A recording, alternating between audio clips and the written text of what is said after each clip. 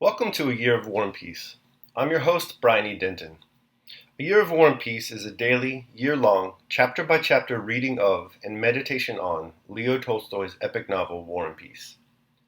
In these videos and podcasts, you'll be treated to a free reading of one chapter per day of the novel, plus a reflective essay I've written individually tailored to that day's chapter. These readings are offered for free, though if you'd like to support me, you can do so in one of three ways. First, you could purchase my ebook, A Year of War and Peace. It features the entire novel, plus all of my reflective essays, and it's only $2.99 on Amazon.com. You could also become a patron at patreon.com/Brian E. Denton. If you sign up there, you'll receive a sonnet once a month, plus a link to an ebook of my collected sonnets. Finally, if you like, you can make a one-time donation to my PayPal account. The email there is brianedenton@gmail.com. You can also use that email to contact me. I'd be happy to hear from you. Your support is greatly appreciated. Today's reading and reflection is on Chapter 77. Chapter 77. Yogels were the most enjoyable balls in Moscow. So said the mothers as they watched their young people executing their newly learned steps, and so said the youths and maidens themselves as they danced till they were ready to drop, and so said the grown-up young men and women who came to these balls with an air of condescension and found them most enjoyable. The two pretty young princesses Gorbachev met suitors there and were married, and so further increased the fame of these dances. What distinguished them from others was the absence of host or hostess and the presence of the good-natured Yogel, flying about like a feather and bowing according to the rules of his art, as he collected the tickets from all his visitors. There was the fact that only those came who wished to dance and amuse themselves as girls of 13 and 14 do who are wearing long dresses for the first time. With scarcely any exceptions, they all were, or seemed to be, pretty, so rapturous were their smiles and so sparkling their eyes. Sometimes the best of pupils, of whom Natasha, who was exceptionally graceful, was first, even danced the pas de chalet. But at this last ball, only the écossais and the anglais and the marzouka, which was just coming into fashion, were danced. Iogel had taken a ballroom in Bazoukov's house, and the ball, as everyone said, was a great success. There were many pretty girls, and the Rostov girls were among the prettiest. They were both particularly happy and gay. That evening, proud of Dolikov's proposal, her refusal, and her explanation with Nicholas, Sonia twirled about before she left home, so that the maid could hardly get her hair plaited, and was transparently radiant with impulsive joy. Natasha, no less proud of her first long dress and being at a real ball, was even happier. They were both dressed in white muslin and pink ribbons. Natasha fell in love the very moment she entered the ballroom. She was not in love with anyone in particular, but with everyone. Whatever person she happened to look at, she was in love with for that moment. "Ah, how delightful it is," she kept saying, running up to Sonia. Nicholas and Denisov were walking up and down, looking with kindly patronage at the dancers. "How sweet she is! Oh, she will be a real beauty," said Denisov. "Who?" "Countess Natasha," answered Denisov. "And how she dances! What grace!" he said, again after a long pause. "What are you talking about?" "About your sister," ejaculated Denisov testily.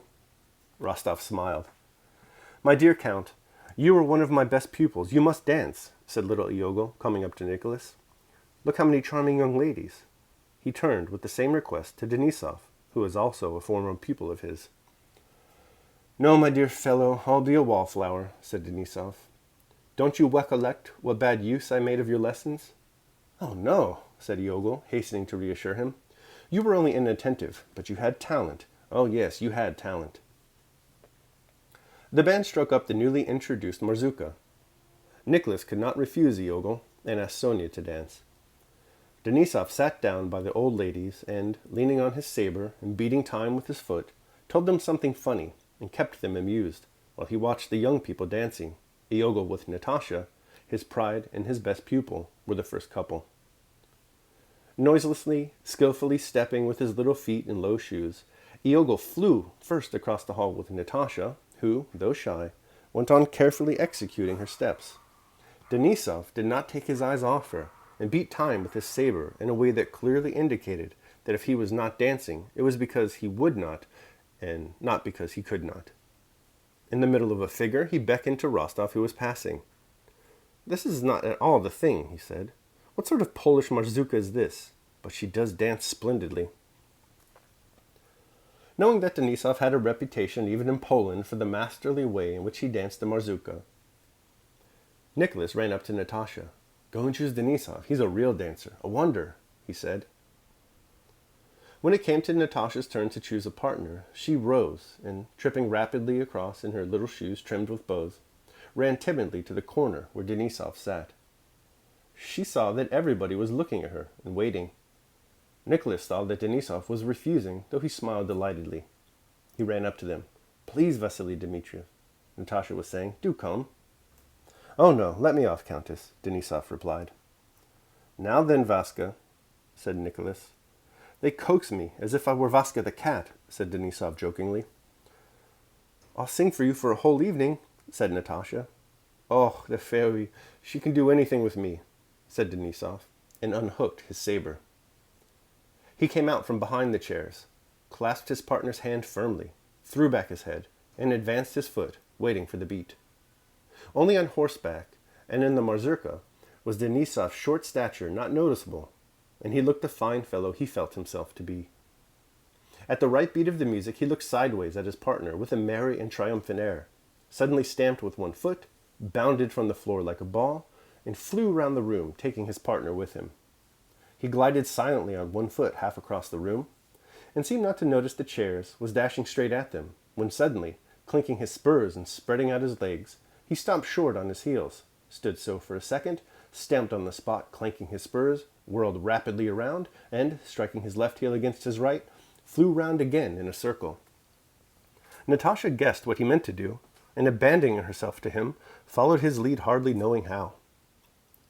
First he spun her around, holding her now with his left, now with his right hand, then falling on one knee, he twirled her around him, and again jumping up, dashed so impetuously forward that it seemed as if he would rush through the whole suite of rooms without drawing breath, and then he suddenly stopped and performed some new and unexpected steps.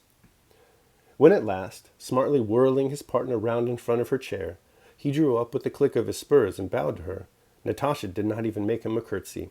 She fixed her eyes on him in amazement, smiling as if she did not recognize him. "What does this mean?" she brought out. Although Iogo did not acknowledge this to be the real mazurka, everyone was delighted with Denisov's skill. He was asked again and again as a partner, and the old men began smilingly to talk about Poland in the good old days.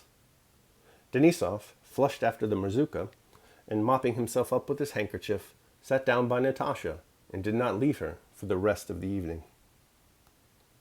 All right, that concludes my reading of chapter 77. I hope you liked it. I'll now proceed to my reflection on the same. A Year of War and Peace, Day 77. In the Neighborhood of Others. Al-Farabi, the second master, is probably best known today, if he is known at all, as the man most responsible for preserving the classical Greek text of antiquity during the Middle Ages. It's his name you want to drop at cocktail parties when providing your diversity and cosmopolitan bona fides if the subject of how it was actually medieval Islamic scholars who rescued Western civilization from the Dark Ages ever comes up in conversation. Though if that's the type of boring talk going on at the parties you attend, maybe it's time to make some new friends. At any rate, Al-Farabi wrote extensively on many subjects, and one of his subjects relates to the main theme of today's reading in War and Peace, the relationship between community and individual human happiness. Al-Farabi, according to Amber Hake of United Arab Emirates University, wrote that, quote, "An isolated individual could not achieve all the perfections by himself, without the aid of other individuals. It is the innate disposition of every man to join another human being in the labor he ought to perform. Therefore, to achieve what he can of that perfection, every man needs to stay in the neighborhood of others and associate with them." End quote. We see this in today's chapter. So often in War and Peace, whenever a character retreats in himself, he suffers. Consider Prince Andrew, who in the earlier chapters of the book is so isolated, bored, and suffering from a debilitating ennui. Contrast him with the very sociable Natasha Rostova. In comparison, she's an absolute delight, as she has been pretty much in all her appearances so far. A big part of this, I believe, is her sociability. We're told that she loves Iogo's ball, and that she is, quote, not in love with anyone in particular, but with everyone, end quote. So happy is she to be in community with others that she takes the position of first couple and dances with Iogo to get the party started. She also eventually dances with Denisov. Overall, it's a very happy time for her. It's a happy time for all. Community may very well be the most effective antidepressant. Keep this in mind when you're around other people, even strangers. Cultivate community and social cooperation. Reach out. Make a new friend. Be a Natasha. Daily meditation. While we live among human beings, let us practice humanity. Let us not be a terror or a danger to anyone. Let us keep our tempers in spite of losses, wrongs, abuse, or sarcasm, and let us endure with magnanimity our short-lived troubles. Seneca, on anger. All right, so that concludes my reading of chapter 77. I hope you liked it. Thanks for listening. Remember that if you'd like to support me, you can do so either by purchasing the ebook, A Year of War and Peace, becoming a patron at patreon.com, or making a one-time donation at PayPal. The links to all that are below. Your support is greatly appreciated. Tomorrow we'll be reading and reflecting on chapter 78 of War and Peace. I hope you'll join me. Until then, take care of yourselves and others.